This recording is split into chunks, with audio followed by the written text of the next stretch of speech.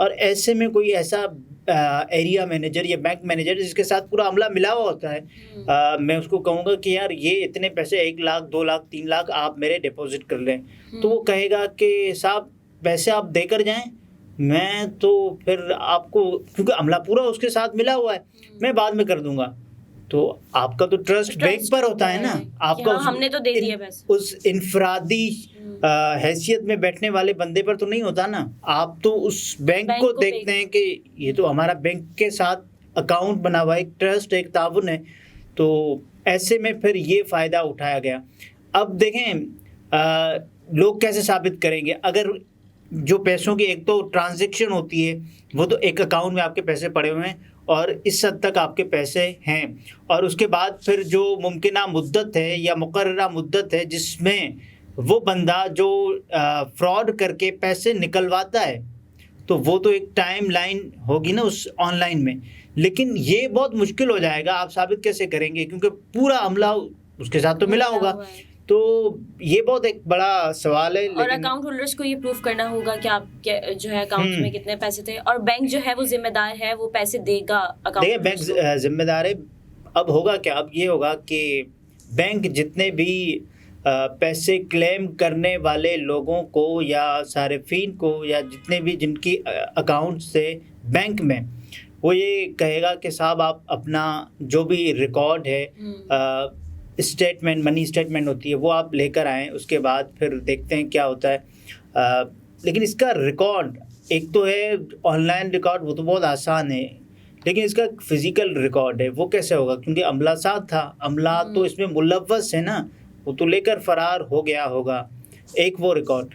اب اس سے کیسے مدد لی جا سکتی ہے بینک کے اندر؟ ظاہر ہے CCTV فوٹیجز ہیں جو کہ اس بندے کی، اب جو بندہ، اب کلیم کی بات ہے کہ کتنے کا کلیم کرتا ہے، کہ اس کا، ایسے میں کچھ لوگ ایسے بھی ہوتے ہیں جو اس فراڈ کا فائدہ اٹھاتے ہوئے خود بھی فراڈ کرنے کا سوچتے ہیں، کہ یہ دعویٰ کر دیتے ہیں کہ، لیکن مجھے لگتا ہے کہ بینک بھی اس معاملے کو باریک بینی سے دیکھے گا، اور بینک کے لیے اتنا اماؤنٹ اپنے اکاؤنٹ ہولڈرز کو دوبارہ سے واپس کرنا کوئی بڑی بات نہیں ہے. دیکھیں بینکس کی جو ٹرانزیکشنز ہوتی ہیں، یہ 5 ارب روپے کا معاملہ بینکس کے لیے کوئی بات ہی نہیں ہے. مطلب وہ تو کیونکہ روزانہ کی بنیاد پر اربوں نہیں کھربوں روپے کے معاملات طے ہوتے ہیں بینکس میں.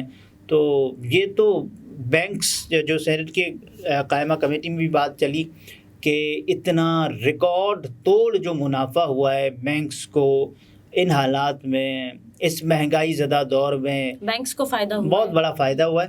تو اس بارے میں بینک اب یہ ذمہ دار ہے کہ، کیونکہ لوگوں نے تو بینک پر ٹرسٹ کیا نا، لوگوں کے تو پیسے بینک میں جمع تھے، لوگوں کے تو بینک الحبیب، جی ہاں، لوگوں کے تو بینک الحبیب بہت بڑا بینک ہے، اور ایک ایسا بینک تو نہیں ہے جو بس کہ کوئی نہیں جانتا، چھوٹا موٹا والا معاملہ ہی نہیں ہے. اور وہ ایریا بینک مینیجر صاحب خود اپنا بینک بھی چلا رہے تھے، متبادل بینک. تو ظاہر ہے وہ کیسے چلاتے تھے، ان کو پتا ہوگا، لوگوں کو پروفٹ کا جو ہے وہ لالچ دی ہوئی تھی. اور اس کے بعد پھر ان کو منافع ہوا تو لوگوں نے اور زیادہ پھر اکاؤنٹ بڑھا، 3 سے 4 مہینے سے لیے پروفٹ دیا تاکہ لوگوں کا ٹرسٹ ڈیولپ ہوگا، تو وہ پھر اور زیادہ انویسٹ کریں گے. تو میں ایک ہی بار سارے پیسے لے کے فرار ہوگا. اور پتہ ہے پھر ہوا کیا ہوگا، ممکنہ طور پر انہوں نے جو متبادل بینک بنایا ہوا تھا، اگر وہ بینک الحبیب سے وہ ٹرانزیکشن کر کے باہر لے جاتے تو پکڑے جاتے، تو وہیں پر پکڑے جاتے. انہوں نے کیا کہ متبادل بینک بنایا. اب اس متبادل بینک میں اس نے وہ اماؤنٹ جو وہاں سے ودڈرا کی ہوگی، جتنے بھی اکاؤنٹ ہولڈرز کی وہ اماؤنٹ تھی 5 ارب کے لگ بھگ، تو وہ پھر اپنے متبادل بینک میں جمع کی ہوگی.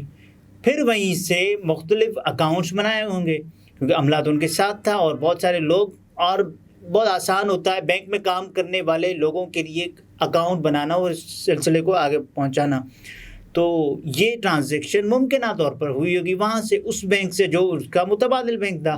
تو وہ پیسے آسانی سے کسی کو پتہ بھی نہیں چلا اور وہ پیسے لے کر فرار ہو گئے. یہ 5 ارب روپے کی بات ہے. اب ڈیفینیٹلی یہ پیسے بینک ادا کرے گا، کیونکہ بینک کے لیے یہ پیسے ادا کرنا کوئی اتنی بڑی بات نہیں ہے. لیکن بینک کارروائی کرے گا ان کے خلاف. جو یہاں کارروائی اب کس کے خلاف کریں گے آپ؟ وہ فیملیز لے کر پہنچ گئے ہیں، مشکل ہے بہت. اب یہ ہے کہ جو نقصان ہوا ہے لوگوں کا، اس کا ازالہ کیا جائے تو یہ بہت اچھی بات ہوگی. صحیح. ناظرین گفتگو آپ نے ملاحظہ فرمائی. عبدالستار ہمارے ساتھ تھے. اجازت دیجیے. اللہ حافظ.